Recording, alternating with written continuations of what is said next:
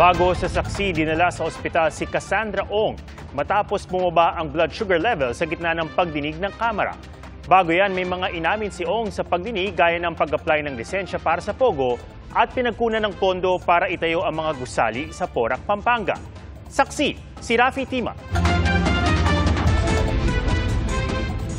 Ilang ulit sinabi ni Cassandra Leong sa naunang pagdinig ng kamera na nagpaparenta lang sila ng mga gusali sa mga Chinese businessmen. Pero kanina, napaamin siya ng mga kongresista. We are preventing that Congressman Karap will again make a motion for contempt and consign you to Mandaluyong Correctional Institution. Now you answer me now, what kind of license did you trying to get from PAGCOR? Mr. Chair, license to operate po ng PAGCOR. Ano to business operate po. ng PAGCOR? Hindi pwedeng to operate ng PAGCOR. You applied for a license from PAGCOR to operate what? To operate Pogo po. Yun! Una nang sinabi ni Ong na hindi niya alam ang operasyon ng Pogo sa Porac, Pampanga.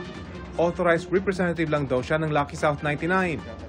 Sa ika-4 na pagdinig ng Quadcom ng kamera tungkol sa mga Pogo, tinanong din si Ong kung saan galing ang mga pondong ginamit nila para magawang mahigit 40 gusali sa Porac, Pampanga. Sagot ni Ong, mana mula sa kanyang ina. Pero hindi niya masagot kung saan eksakto galing ang pera ng mga kasosyo. Hindi kaya galing sa drugs ang negosyo ng mga partner mo, yung mga kasosyo mo? Sigurado po ako, hindi po. Sa isang punto, muling sinabihan si Ong kung payag siya maging testigo lalo't duda ng mga kongresista. Dami lang siya ng mga Pogo operator. Sinabi rin kasi niyang hindi siya nagtapos ng pag-aaral.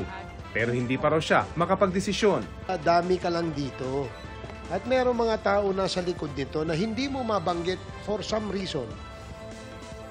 No, for some reason, hindi mo mabanggit kasi maaaring malapit sa'yo, o hindi kaya ay kamag-anak mo, o hindi kaya ay boyfriend mo, o hindi kaya siya yung pilit mong tinatago sa amin. Di ba? Anong masasabi mo, Cassie? Sa lahat po ng question na po, hindi po ako dami. Matapos ang ilang tanong, tumanggi ng sumagot si Ong.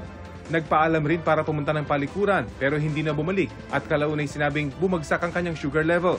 Ayon sa doktor ng kamera, hindi mabasa ng makina ang kanyang sugar level, indikasyon kung gaano ito kababa. Dahil dito, iniutos ng Quadcom na itakbo na siya sa ospital para sa susunod na pagdinig, maipagpatuloy nila ang kanilang pagtatanong. May motion din sa pagdinig kanina na imbitahan si Alice Go sa pagdinig ng Quadcom pag dumating na siya sa bansa. Para sa GMA Integrated News, ako si Rafi Tima ang inyo. Saksi! Mga kapuso, sama-sama tayong maging saksi. Mag-subscribe sa GMA Integrated News sa YouTube at para sa mga kapuso abroad, samahan niyo kami sa GMA Pinoy TV at sa www.gmanews.tv.